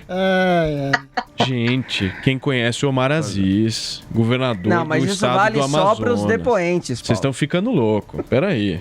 Não, me ajuda, por favor. Vale só para os depoentes. Muito bem. Só que tem um ponto nessa história, né? Que eu acho que é legal a gente abordar aqui e a gente discutir. Vou passar a bola para o nosso Adrilles Jorge, que é o seguinte: esse áudio que foi apresentado pelo senador Randolfo Rodrigues, ele não é um áudio do Roberto Dias. Não, do Dominguete. Exato. Do Dominguete. Em nenhum momento o Roberto Dias fala. A voz do Roberto Dias não existe. Tá? É o Vini falando do Paulo, por exemplo. Isso. Certo? É uma acusação. Uma prova concreta em relação ao Roberto Dias, ela não existe através desse áudio, certo? Certo. Ou não, Adrilles? Ou existe Sim, uma prova? uma prova pericial de uma pessoa envolvida em uma prova parcial. Eu quero saber a gravação inteira. Agora, o que leva um sujeito como o Omar Aziz a prender alguém pela subjetiva percepção de que o sujeito está mentindo, ele pode até estar mentindo. Eu não confio no Roberto Dias, parece que nem o governo que o exonerou. Agora, faça-se um devido processo legal de acariação entre ele e o Dominguete. Faça-se um devido processo de justiça numa CPI que se transformou num circo aleatório de inquisições e narrativas ao sabor do gosto de alguém que quer impor uma narrativa de que o presidente foi irresponsável e que toda a estrutura do Ministério da Saúde serve a uma irresponsabilidade de um eventual genocida. Aí, o que se coloca? É o sintoma de uma inversão do Estado de Direito. Por que o Omar Aziz, eu acho que ele sequer vai ser punido? Você tem no Brasil um Supremo Tribunal Federal que eventualmente faz processo por fake news, que prende pessoas, que cerceia vozes, que persegue pessoas por aquilo que ele acha que é mentira. É a mesma coisa que o Omar Aziz. Então, de que Teve nota das Forças Armadas de que contra adianta? ele, né? Pois é, de que adianta vamos falar recorrer à mais alta instância de justiça, se a mais alta instância de justiça faz exatamente, de uma maneira mais limpinha, mais educada, mais gentil, o que fez o senador Omar Aziz? Ou seja, ali a gente está vendo de maneira muito clara o que ele faz, o que o Renan faz. Constrange testemunhas, constrange e humilha e persegue e prende quando essas testemunhas não são tão poderosas assim. O que o STF também faz com deputado, com jornalista. Ou seja, você vai na parte de baixo, truculento, para impor uma narrativa de um relatório que já está praticamente Adrilles, pronto. todo esse circo é até engraçado, né, gente? Porque todo esse circo, tal, não sei o quê, voz de prisão, tal. Aí o cara paga milão e tá fora. Não devia pagar nada. Não devia pagar nada. A questão é essa, Paulo. O Dias, em que pese o fato da gente não desconfiar dele, em que pese o fato de achar que ele está realmente mentindo, você não pode atropelar o Estado democrático de direito e colocar as pessoas na prisão e fazer elas pagarem uma fiança por um crime que elas não cometeram. Entendeu? A gente está atribuindo poder a pessoas que são eventuais, pelo menos suspeitos, não é que não cometeram, é que está sendo investigado. Pois é, né? você não está é que não prendendo cometeram. pessoas, A gente não sabe se não cometeram. Você está emprestando Não fala poder, isso. você está emprestando poder absoluto a ditadores inquisitoriais, que são Renan Calheiros e Omar Aziz. Pior, com anuência, com complacência e apoio de uma mídia que está entrando nessa narrativa do Omar e do Renan e esquece os crimes das quais eles são acusados, vai de pedofilia, corrupção, o Renan recentemente foi também motivo de um outro inquérito, ou seja, você tem todo um conluio de um Estado democrático de direito que está sendo surrupiado por mídia, por juízes, por senadores, em nome de um tipo de narrativa. Se há algum tipo de justiça no Brasil, ela foi presa por Renan Calheiros, Omar Aziz e boa parte podre do STF. Mas que a história é estranha, é. Lógico que é estranha. História é estranha. Lógico que é. É que o Adrilles fala que crime que não cometeu. Não, o diretor crime de tá sendo logística do investigado. Ministério da Saúde tem um Você não pode prender pessoas, você não pode prender pessoas É que por uma crime que está você sendo falou que é investigado. crime que não Isso é uma cometeu. coisa. Você falou crime não Isso é uma cometeu. Isso tá coisa. errado. Não é que não cometeu, tá sendo investigado. Calma lá. Não, Deixa tá eu sendo reiterar. investigado. Deixa Não eu sabe se retificar. cometeu ou não. O crime que ele não cometeu, pela qual ele foi preso, foi o crime de mentira. A questão da acusação da mentira, que foi o que o Omar Aziz fez com ele, é totalmente subjetiva e uma ilação da cabeça do Omar Mas Aziz. se os áudios são reais? Que juiz é esse que manda prender alguém por uma ilação da cabeça do fato que ele tá mentindo? Só ele e o Alexandre de Moraes. Bruna Torlai, Tá bravo. traga suavidade Não pra esse programa. A Adrilles tá muito bravo, Ele nervoso. tá ressentido. Bruninha, me ajuda, vai. Bom, em primeiro lugar, a pergunta que você se fez, Paulo, foi a que eu me fiz ontem, né? Eu falei, nossa, seria bom que o Omar Aziz cobrasse, assim, essa transparência, esse compromisso com a verdade da sua família, né? Que desviou tanto dinheiro da Secretaria de Saúde do Amazonas, que a gente viu nossos pobres conterrâneos ali do Amazonas sofrerem como poucos durante a pandemia, né? Foi um dos maiores escândalos, né? Justamente porque ali falta recurso e o Amazonas é um estado muito desestruturado. Então, alguém que desvia recurso da Secretaria de Saúde do Amazonas, cara, devia ir em prisão perpétua, porque ali quem conhece o Amazonas, quem já esteve lá, sabe que é um crime, assim, exponencial. Agora, quanto à voz de prisão dada ontem pelo Omar Aziz, eu interpretei da seguinte forma: ele e o Renan estavam loucos para mandar prender alguém, simplesmente para criar o precedente, né, de gerar uma pressão em cima dos depoentes. Eles estavam esperando ali uma presa fácil. Como o Roberto Dias, é um cara que já foi sacrificado pelo governo federal, em que sentido? O Vanguard não foi sacrificado, ele está ali leal, né? Os outros depoentes, sobretudo o Pazuello, que foi muito bem preparado para a CPI, deve ter mentido também, mas foi preparado, enfrentou a guerra psicológica, que é a CPI, basicamente a guerra psicológica, como o Adriles muito bem pontuou, simplesmente narrativa em cima de narrativa. Mas o Renan e o Aziz estavam loucos para prender alguém, entendeu? Então eles precisavam criar esse precedente, tá? E aí, esse precedente está aí criado. Agora, talvez, independente de com Milão ou sem Milão, os caras conseguiram sair da cadeia, o Aziz conseguiu o que ele queria: criar um precedente para pressionar os eventuais próximos depoentes, de ou você responde que eu quero ouvir, ou talvez eu te mande passar a noite no xadrez. Agora, que há indícios que esse Roberto Dias não é flor que se cheire e que ele fazia algo ilícito no ministério, isso a gente não precisa... Eu acho que vocês estão focando muito no Omar Aziz e deixando de falar, por exemplo, dos excelentes trabalhos de Simone Tebet, do Alessandro Vieira. A Simone Tebet não fez um excelente trabalho. Opa, ela pegou o contrato da Covaxin e mostrou todas as incoerências que tinha nesse contrato. A Simone Tebet, com conhecimento jurídico que ela tem, vê um sujeito sendo preso de maneira arbitrária, grosseira, estúpida, boçal, sem nenhum tipo de ilação em relação à verdade ao crime. Ela ficou em silêncio na hora. Ela se opôs. Então ela se opôs depois, foi atrasada, ela ficou em silêncio. Ela falou para o Omar Aziz não reconsiderar a decisão dele. O melhor senador ali é o Marcos Rogério. Eu acho. Marcos Rogério. Eu não sei, Adriles. Eu acho que o Marcos Rogério tá ali fazendo o palanque, tá? Eu tive a oportunidade de entrevistar ele ontem no Jornal da Manhã. Realmente ele é um cara competente, mas não vou esquecer que ele é um cara jovem, que tem aí um futuro brilhante na política, e não sei não se ele não vai querer se candidatar. Veja bem, Bruna, vamos ser sinceros. Ele fala coisas corretas, tá? Pois é. Fala coisas corretas, concordo com você, mas ele também usa CPI de palanque. Não, peraí, Bruna Torlai. Vamos lá. Nossa, quando ele fala assim, Bruna, nome e sobrenome, é pra constranger a pessoa. Ele faz comigo isso. Não sejamos ingênuos. Todo político, a todo momento, tem um senso de oportunidade. Todo político vive em palanque permanentemente. A questão é, esse palanque é a serviço de algum tipo de esboço de verdade, de justiça real, de verdadeira averiguação dos fatos, devido processo legal, de alguma coisa que ele pode fazer com o poder que tem para ajudar as pessoas? Agora, vaidade política e oportunismo, todo político tem. É só não ser canalha, não ser leviano, não perseguir pessoas, coisa que o Omar Aziz, Renan Calheiros faz e até o momento Marcos Rogério não fez. Bruna, para fechar. Mas o Girão também, assim como o Marcos Rogério, o Girão também tem ajudado a você ter assim um pouquinho mais de equilíbrio na CPI, né? No caso, o Rogério, ele é mais talentoso, o Marcos Rogério é mais talentoso, mas o Girão também tem cumprido ali o mesmo papel, sem deixar de usar o palanque. Eles tentam equilibrar um pouquinho o jogo de narrativas, mas assim, para mim a narrativa e contra-narrativa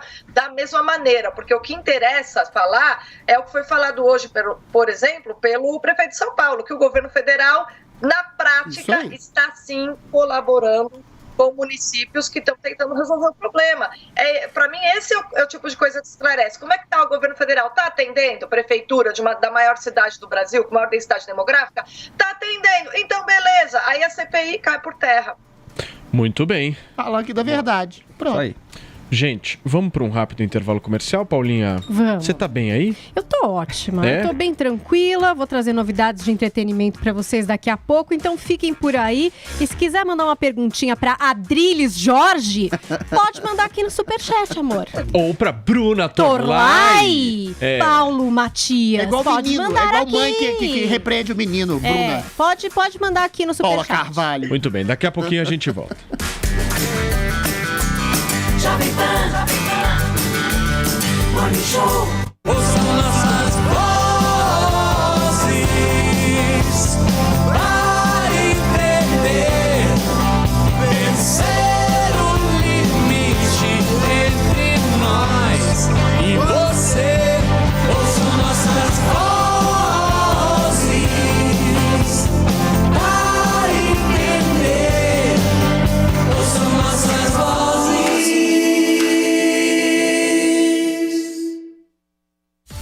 E o próximo Mulheres Positivas está incrível. Convidamos o lutador de Taekwondo, Ícaro Miguel, para falar sobre as Olimpíadas. Estava com alguns problemas ali de parte técnica, mas devido à minha deficiência que havia piorado muito assim, e, enfim, precisava de uma adaptação. E a pessoa que me ajudou nessa adaptação foi a Rayane. Então a gente treinava de manhã, treinava à tarde, às vezes treinava à noite. Quando acabava o treino, a Rayane ainda continuava lá. Então anota aí, domingo às 10 da noite na Jovem Pan e também no aplicativo Panflix. Te espero. Oferecimento TIM. Imagine as possibilidades. Eleições 2022 e 2024 começam agora na Academia Mapa do Voto. O curso online com temas e estratégias que vão ajudar você a entender melhor a jornada do eleitor. Pandemia e pautas sensíveis. Assessoria política e competências tecnológicas. Lideranças e pontos focais de uma campanha eleitoral. Mobilização da opinião pública e habilidades na gestão de conflitos, entre outras técnicas, para uma candidatura de alta performance. 52 videoaulas, 13 e-books, 13 podcasts com o consultor político Gilberto Musto, além de todos os slides do curso em PDF como material de apoio. Acesse o site mapadovoto.com.br, assista a primeira aula grátis e baixe o e-book. O carnezinho das lojas 100 é o crédito mais fácil, mais rápido e barato, porque tudo é resolvido nas lojas. Os planos são super facilitados, sem taxas de abertura de crédito, emissão de boleto ou anuidade. A gente pode comprar sem entrada com até 50 dias para começar a pagar. Você pode escolher o dia do vencimento ou adiantar o pagamento e ganhar um desconto. Vai passar e a gente sabe com quem contar. Loja 100, ainda bem que tem. Copa América 2021 é na Jovem Pan. Oferecimento Loja 100, 69 anos realizando sonhos. Ainda bem que tem Loja 100. Brasil e Argentina jogam neste sábado a grande final da Copa América, jogo muito importante, marcado para as 9 horas da noite, às 21 horas, no estádio do Maracanã, no Rio de Janeiro. A grande decisão, portanto, da competição, com a cobertura completa, total, da Jovem Pan. Para essa partida, o Brasil deve ter Neymar, com certeza terá Neymar, mas tem um problema grande. Gabriel Jesus está suspenso, punido e fora do jogo. Ele foi expulso nas quartas de finais contra o Chile, deu uma espécie de voadora, um pé alto no jogador adversário, foi expulso, não enfrentou o Peru na semifinal e a Conmebol puniu o jogador com 2 jogos, portanto, consequentemente, está fora da final contra a seleção da Argentina. Neymar vai para o jogo, junto com Richarlison no ataque, e a tendência é Firmino também ser escalado pelo técnico Tite. Marquinhos conversou com a imprensa sobre a grande final da Copa América. Jogo grande, se tratando de uma final, principalmente contra a Argentina, é o jogo que a gente fica muito ansioso e com a vontade muito grande de se jogar e de se atuar. A gente sabe da qualidade que eles têm do outro lado, então é um jogo que a gente se prepara muito, a gente está procurando analisar da melhor forma os pontos fortes que eles têm, os pontos fracos também, para poder explorar. né? Mas a gente sabe que durante uma final existem muitas coisas, né, que passam pelo aspecto mental, pelo aspecto estratégico também. Vimos e ouvimos o zagueiro Marquinhos, da seleção brasileira. Do outro lado, a Argentina, que não vence nenhuma competição desde 1993, quando foi campeão justamente da Copa América contra a seleção do México. Messi está confirmado e Di Maria deve ficar no banco de reservas. Copa América 2021 é na Jovem Pan. Oferecimento Loja 100, 69 anos realizando sonhos. Ainda bem que tem Loja 100.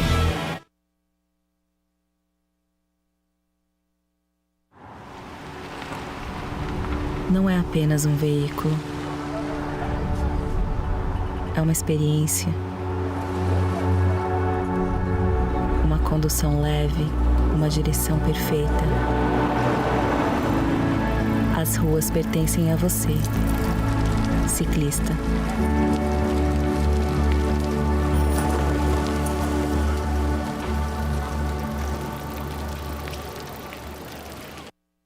Quer conhecer histórias transformadoras?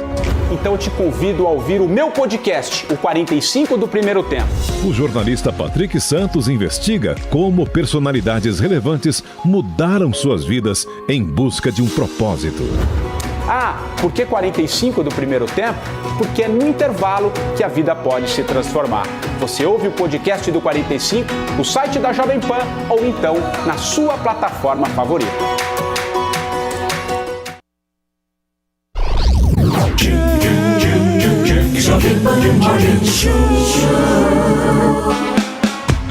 Estamos de volta aqui com o nosso Morning Show na programação da Jovem Pan. Seguiremos com vocês até às 11h30 por aqui. E olha, Paulinha, você sabe que eu sou um cara que eu gosto de trabalhar. Sou apaixonado por trabalho. Estou sempre ligado 24 horas por dia. Verdade. Eu descanso pouco. Ou seja... Eu não gosto, não. Eu daria muito certo na China. A China, você tá dentro dos preceitos da ditadura do trabalho. Tá tudo então, bem. mas parece que uma nova geração de chineses tá desafiando, né, essa narrativa de trabalho duro do regime comunista. E você sabe que é uma geração... São os millennials. Não são os geração Z, os jovenzinhos. São os de 30. Não são os cringes. Não são... Não, são os cringes, exatamente. Ah, são os cringes. São os que a geração Z acham cringe, que é os de 30 e pouco. Daí é do Paulo mesmo. A influência ocidental. Uma espécie de Paulo lá na China, 30 mesma anos idade. acabado. E tem um movimento que começou muito a simples. sua mãe igual. Nossa. Vamos Minha lá, mãe perdão, fez desculpe, não deveria ter falado Começou isso. uma briga, mãe não tá desculpa. gostando de você, Perdão, não. desculpe. A mãe da Drilis é bem legal. Então vamos lá, ditadura da China, todo mundo tava lá, o quê? Interessado em trabalho, interessado em casar-se, interessado em ter filhos, não muitos, só os que eles deixarem, não é verdade? Considerando o autoritarismo, alguma coisa assim, tudo bem. Já que milhões de pessoas foram tiradas da pobreza, tá. Vai, vamos viver a nossa vidinha aqui. Aí apareceu um homem, Luo Huazong. Quem? Luo Huazong. Tamo com uma foto dele aqui. Luo Huazong. O Luo Huazong. A foto é maravilhosa. Ele pensou assim, ué... Tô aqui, né? 30 anos. O que é que eu vou fazer? Eu vou começar a trabalhar numa fábrica, sei lá quantas horas por dia. Eu vou... Não vou fazer isso. Porque, assim, cada vez é mais horas de trabalho. Cada vez a casa pra comprar tá mais cara, entendeu? Então, o que é que eu vou fazer?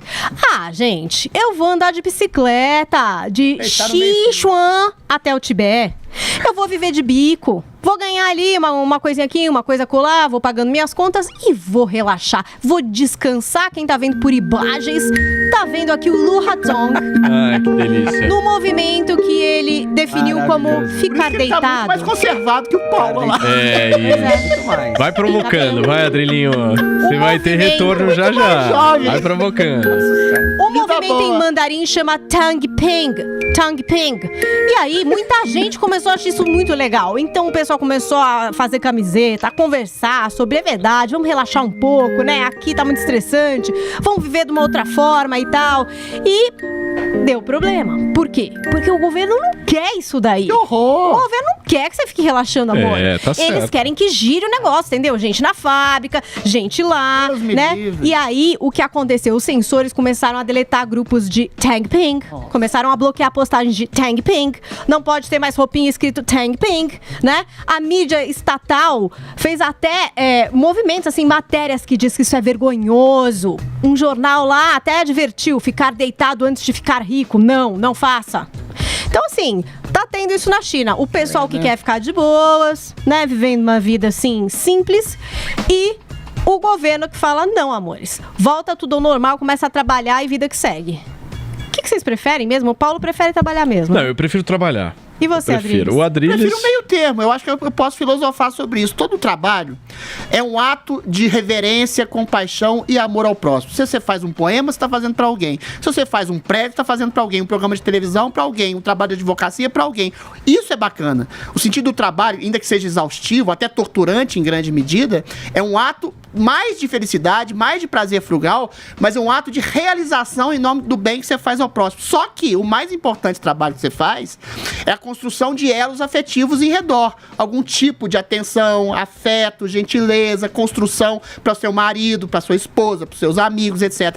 E a China elimina esse tipo de individualidade da pessoa, construindo um regime baseado na cooperação em nome de um Estado. Então ela impõe um tipo de regime que gera felicidade em nome daquilo que você faz pelo seu país. Então você tem que trabalhar 14 horas por dia, eficiência, destreza, trabalho contínuo. O indivíduo lá não tem nenhum tipo de valor. Ele é desindividualizado em nome de um tipo de coletivismo. E aí, quando você faz uma revolta que eu acho absolutamente legítima em nome do prazer pessoal, de um tipo de ócio criativo, de um nome de uma consciência do tipo de trabalho que você está fazendo para o Estado, mas, sobretudo, o Estado é um meio, não é um fim em si mesmo. Você não trabalha objetivamente em nome do seu país, você trabalha para a humanidade. A humanidade é tanto a pessoa que você mais ama, sua mãe, seu pai, seu amigo, seu companheiro de trabalho, quanto o Estado. O Estado é a última instância. O Estado é a última instância para quem você faz alguma coisa, e a China subverte isso, fazendo o sujeito não ter o trabalho como realização própria, mas fazendo o sujeito ser feliz em ser escravo do trabalho. Mas em então, que eu acho sentido, que esse tipo de coisa é melhor. Em que sentido você está falando de trabalhar para a humanidade? A humanidade é você, Paulo. A humanidade é você, perfeito, Paulinha. É perfeito. você. A humanidade é o próximo. Quando você cria um amor absoluto a um estado abstrato, você tira a individualidade do sujeito e ele perde a dimensão do que ele está fazendo para quem, a não ser que ele seja hipnotizado com lavagem cerebral. Então essa falta de individualidade do regime comunista chinês faz com que as pessoas virem robôs. Isso é um tipo de rebeldia que é muito bacana. Eu quero trabalhar assim. O cara trabalha, quer fazer bico, quer fazer uma coisa, mas não em nome de um Estado opressor que tira toda a sua possibilidade de trabalhar para as pessoas que você ama também. Muito bem. Bruna Torlai, eu duvido que você faça uma análise melhor que essa. Olha, na verdade, eu tenho uma visão um pouco diferente, tá? Eu acho que é seríssimo, né? O Estado chinês, ele tem que realmente se preocupar, porque o ócio, a gente confunde ócio com ficar sem fazer nada. Na verdade, o ócio é uma coisa que tem totalmente a ver com contemplação, né? Isso o Adriles falou um pouco, mas ele ainda usou a palavra trabalho. Trabalho vem do latim, né? E trabalho é cultura. Na verdade, o ócio é aquilo que nos reconecta com a nossa consciência, né? E dentro da religião cristã, o ócio é aquilo que você faz, por exemplo. O que é a missa? É o seu momento de ócio, por exemplo, para você se reconectar com Deus. Então, o ócio não é premissa, ele não é preguiça, ele é premissa para o exercício da liberdade. A partir de um momento que na China, um cara, não seja ele milênio, seja lá o que for, ele faz o elogio do ócio e o elogio da contemplação, ele está desafiando o princípio do regime comunista. Então, é algo muito sério para eles. Não é à toa que os caras estão aí perseguindo esse cara. Tem um livro de um cara maravilhoso, um pensador católico, o nome dele é muito difícil, vocês me desculpem, eu não vou conseguir falar aqui, mas o nome do livro é Ócio e Contemplação. Eu fiz um vídeo sobre esse livro para divulgar, porque é maravilhoso. Ele fala justamente sobre a relação entre o exercício da liberdade, o aprimoramento da consciência e o ócio, dizendo, ócio não é o lazer, ócio então é um trabalho tipo também, Bruna. Não, mas assim... O ócio é trabalhoso, a contemplação da vida, trabalho, a perseguição da vida, a percepção. Não, Adriles, um minuto. Trabalho vem de tortura. Tripalho, trabalho isso é mesmo tortura, eu sei. Entendeu? Então, assim, eu entendi o que você quis dizer com o trabalho, mas vamos ter uma atividade para a gente, né, Muito ficar mais bem. correto conceitualmente. Tá, Ju. Aí é um tipo de atividade que engrandece a sua conexão com você mesmo, com a sua consciência. E evidentemente, é algo que sublinha a individualidade. Isso é um escândalo num regime comunista como a China.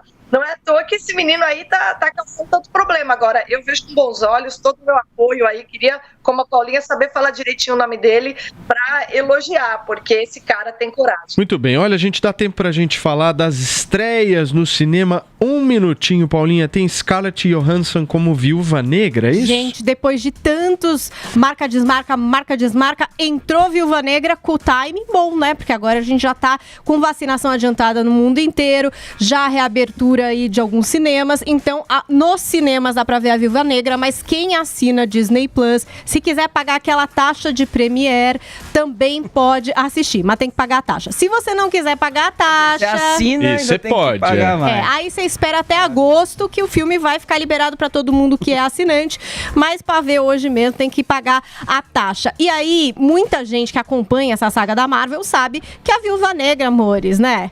Ela morreu, gente. Ela deu a sua vida por uma joia, a joia da alma, lá em Vingadores Ultimato de 2019. Então, como esse filme? Esse filme traz um pouco do passado da Viúva Negra. Parte ali do que aconteceu depois de Capitão América Guerra Civil, filme de 2016. Então, a gente vai descobrir as origens de Natasha Romanoff. Quem eram os parças dela na Rússia? Tinha espionagem? Essa mulher foi treinada? Precisava de sororidade entre essas mulheres treinadas para se libertarem? Não sei.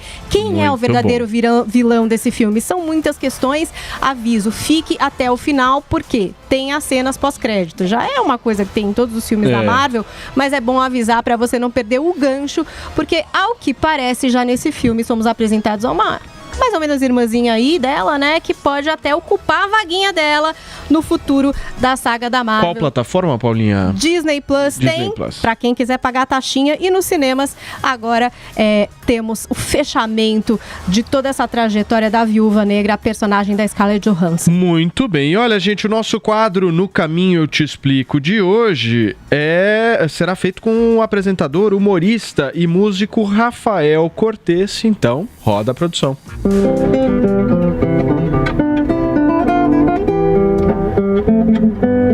Saudações, nosso convidado e passageiro de hoje é Rafael Cortez. Cara, que emoção. Pô, que prazer ter você com a gente. É um oferecimento. Volvo XC40 com Seat Safety, pela segurança de todos. Sabe que você tá um Volvo, né? E Volvo é aquela qualidade que você merece. Volvo 4 cilindros automatizados. Você pegou a marketing da Volvo, você levou Volvo e segurança para a sua família. Antes de falar sobre o Rafael Cortez, eu queria falar sobre o Rafael de Faria Cortez, lá de 76. Não para a meninão, músico. Não fala da minha vida pessoal. Não fala, essa era a ideia. E acho que muita gente não sabe, hoje todo mundo sabe do seu gosto e do seu talento com música, até porque, pô, tava na Globo cantando e todo mundo passou a conhecer teu lado musical. Mas muita gente talvez não imaginava que o humorista era um músico de verdade, com muita propriedade, que estava ali fazendo umas aventuras em outras áreas também, indo muito bem. Quando que você decidiu estudar a música? Quando que passou a ser algo mais sério? Porque tem aquela fase de, pô, vou pegar umas minas, tocar um violão e tal. E depois você passa a ter unha grande e virar violonista. Bom, foi assim, eu desde criança sabia que eu seria artista, porque a referência dos artistas na família é muito grande, né? Do lado dos Cortez, meu pai, tem o Raul Cortez, que era primo de primeiro grau do meu pai, que era o ícone, o Raul Cortez, né? E por parte de mãe, aí tinha uns artistas mais raçudos, assim, os que não necessariamente eram famosos, mas eu tenho tio pintor, tia atriz, então eu sabia que eu seria artista, eu tinha certeza, eu só não imaginava o que eu faria. Com 17 anos, eu tava numa depressão ferrenha, eu era um super moleque problemático, assim, estereótipo do adolescente sofrido. E aí a minha fisgada musical se deu com Modern Words no colégio pra socializar e tentar pegar as meninas. Sempre começa começa assim. Eu acho que quem falar que não tá mentindo. E eu nunca tirei More Than Words, mas aí eu conheci o violão popular, aí me foi apresentada a MPB e eu fiquei enlouquecido. E da MPB eu fui descobrir o violão clássico, aí eu parei tudo e falei, não, eu vou estudar violão clássico porque eu achei aquilo incrível. Norteei minha vida para ser um concertista. Caraca, para ser tua profissão. Pra ser, tocar exatamente. em grandes orquestras, assim. E aí eu tava indo bem, até prestar o vestibular de violão clássico da Unesp. Isso é maravilhoso. É a Unesp aí que te reprovou. Falou, não tem condição desse cara fazer violão clássico aqui, por quê? Porque não sabe física, química e matemática. E você nunca tentou de novo, que você desencanou ali? Nunca mais tentei o profissional do violão clássico. E aí, em que momento que você decide que, pô, Extreme, More Than Words e tal, isso já não tá mais dando? Porque isso aqui é muito elaborado, muito difícil, muito interessante. O negócio que aconteceu comigo é que não foi nem o More Than Words que funcionou pra mim, né? Quando eu comecei a frequentar rodinhas de músicos, os moleques tocando violão, eles tocavam Maria Bethânia, eles tocavam Nara Leão, eles tocavam Chico. Agora que eu não tenho mais ganas de ser violonista clássico, eu voltei pra MPB, porque eu hoje tenho condição de tocar bem coisas da MPB, porque o meu som tá bonito, porque eu tenho a técnica do clássico, mas tô voltando às origens. O que me apaixonou mesmo de início com violão eram aquelas coisas que eu ouvia, né? É melhor ser alegre que ser triste, a alegria é melhor coisa que existe, é assim como uma luz no coração.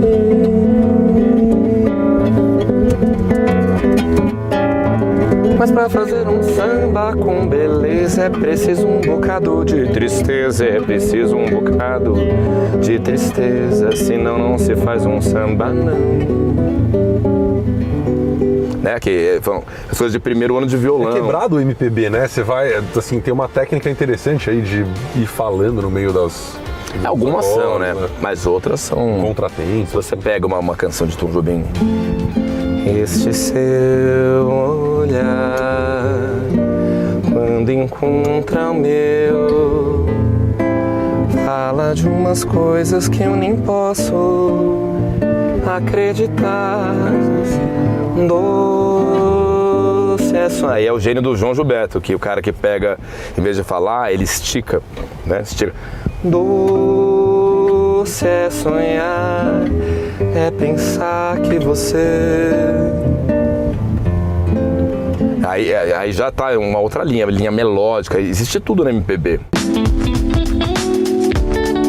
Mas dali, depois que o CQC acabou em 2015, definitivamente, é que eu fui pra Globo. Música, na Globo você participa do Popstar. Ah, foi demais ter feito. Mas eu fui me divertir. E eu entendi na prática que o espectador de reality show, ele quer que você leve a sério. E quando eu me dei conta que eu tinha que ter levado o Popstar a sério mesmo, já tava no meio da temporada e eu já tinha virado o divertido sacana ali. Essa aqui eu cantei no Popstar.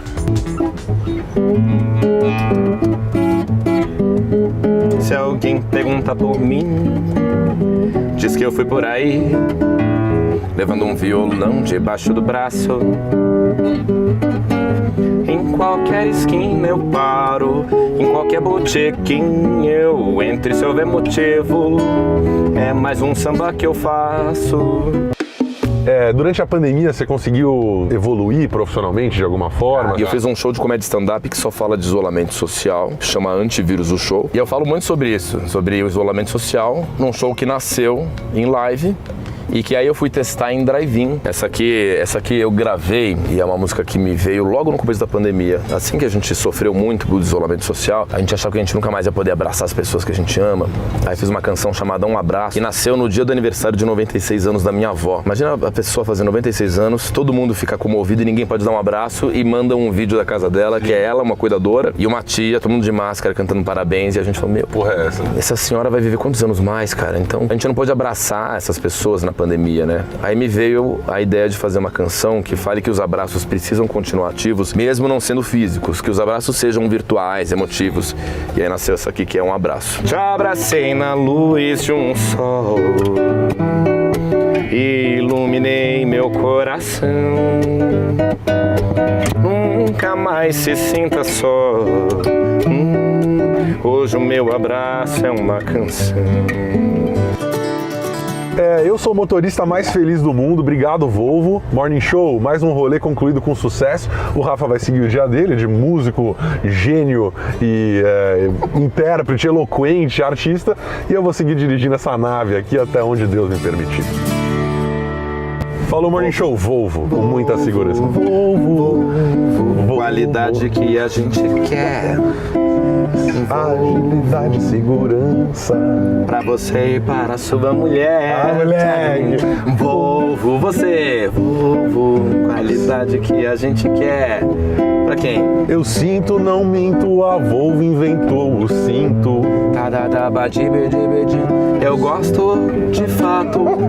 É um belo carro. Você. O preço é justo, o conforto é gigante.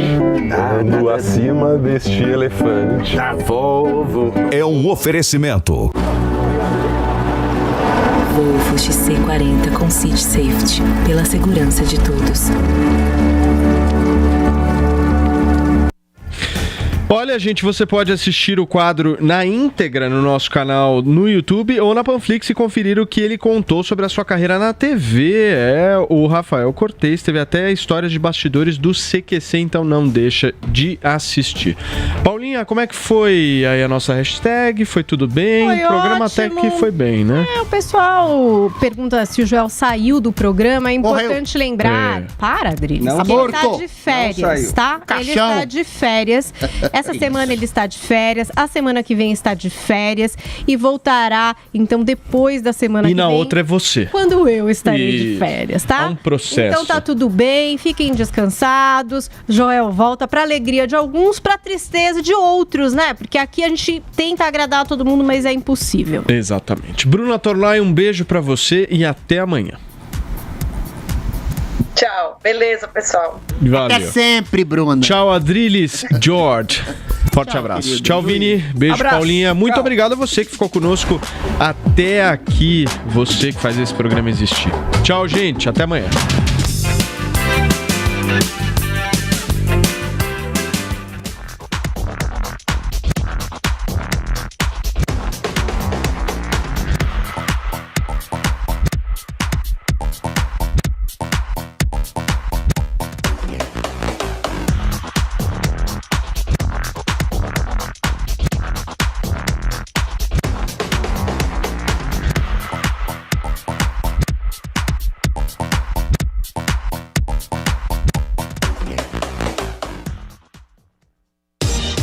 Você ouviu o Jovem Pan Morning Show. Oferecimento Loja e 100. 69 anos realizando sonhos. Ainda bem que tem. Loja e 100.